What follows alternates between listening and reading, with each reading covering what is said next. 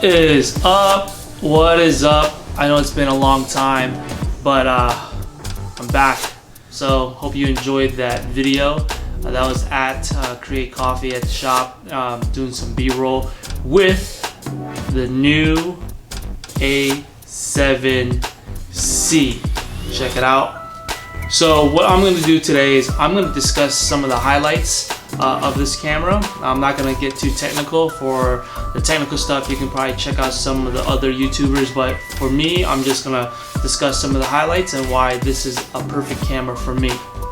So let's first talk about the size. That's the first thing that I noticed. It's incredibly small. It's basically if like the A6600 and the A7 had a baby, it would come out with the A7C.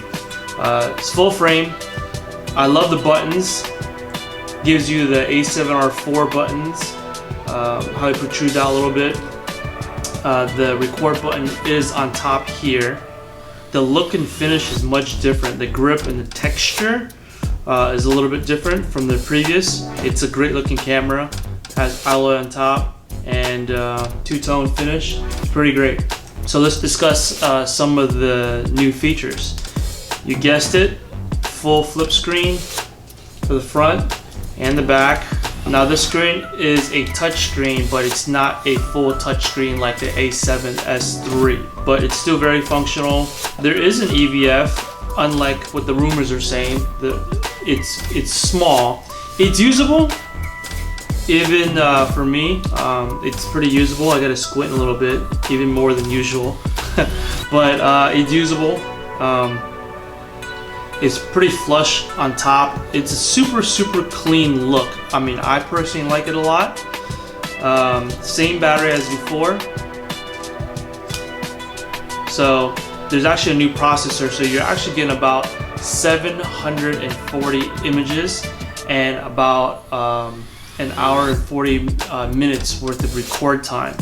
So this camera also seems like it's very geared towards the video people, or YouTube, or people that want to do focus on video. So there is no record limit on this camera, and you're getting more out of the battery. So those are a couple of things that I've noticed right off the bat.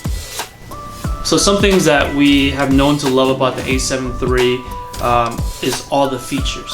So everything in the A7 III and the features are also in this camera. So you get the 24 megapixels, you get the 10 frames per second.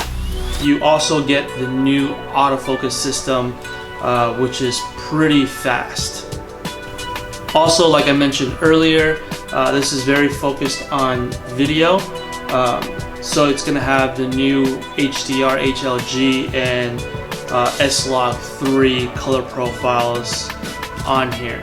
So who is this camera marketed towards? Who's it for? Who should want these cameras? So if you are a vlogger or YouTuber that want higher quality full frame video, then this camera is for you.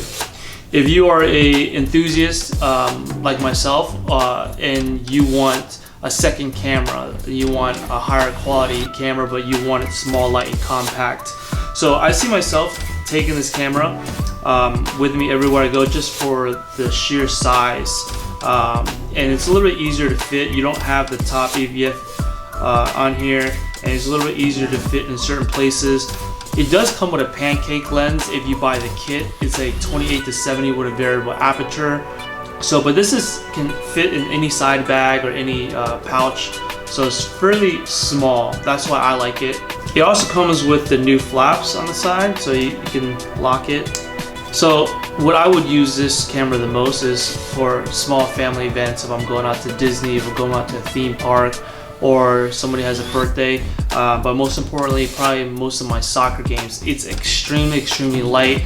I'm using a 200 to 600. It's pretty small, that it sits on top of the 200 to 600, 10 frames per second. That's all I need. I'm shooting mostly JPEG. I'm shooting about 2 to 3 games a weekend, so I don't really need the RAW. I'm shooting with a picture profile 2.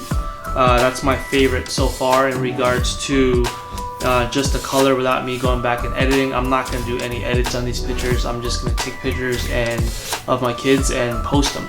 So in regards to the price, a lot of people will probably be asking about price. It's $17.99 for just the body only USD, and $21.99 with the pancake lens kit, 28 to 70 variable lens. Well, that's it for me. I just wanted to share some highlights of this camera, of why I like it, and hopefully this helps you. If you like the material, I'll go ahead and subscribe. If you have any questions, please comment below and I'll answer all your questions. All right, good night.